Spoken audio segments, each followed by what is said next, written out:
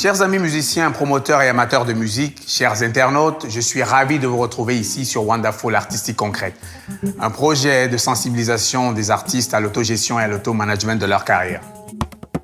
Il y a 13 ans, j'ai décidé d'enregistrer mon premier album.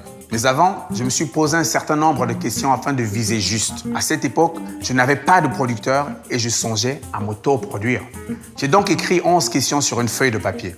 Tout d'abord, je me suis demandé comment se portait le marché de la musique. Ensuite, j'ai voulu savoir quelle tranche de la population allait avoir les moyens de se procurer mon album physique et ou numérique. Il m'a fallu alors déterminer quel était le public le plus susceptible de s'intéresser à mon projet ainsi que ses supports préférés.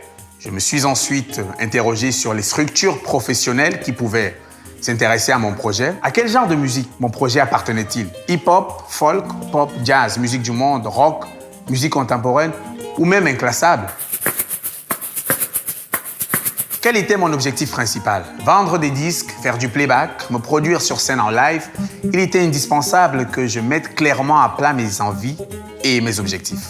Bien que possédant un petit home studio, je me suis demandé si j'allais avoir besoin d'enregistrer dans un autre studio ou de faire appel à un arrangeur, un réalisateur, un ingénieur du son et si oui, lequel de ces techniciens allait être à même de correspondre à mon projet et de lui apporter une véritable plus-value.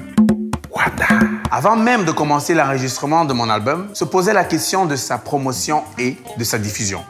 N'ayant à l'époque que MySpace et les newsletters pour ma promotion, cela était-il suffisant? Voilà la question que je m'étais posée.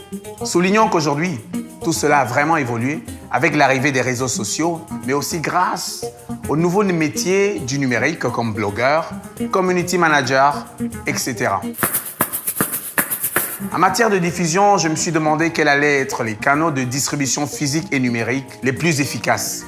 Enfin, j'avais décidé d'essayer de comprendre au plus vite les subtilités de l'édition, du booking, de la licence et des droits d'auteur. De cette manière, j'allais pouvoir me lancer avec assurance dans une aventure dont je connaîtrais en détail les tenants et les aboutissants, quelle qu'en soit l'issue.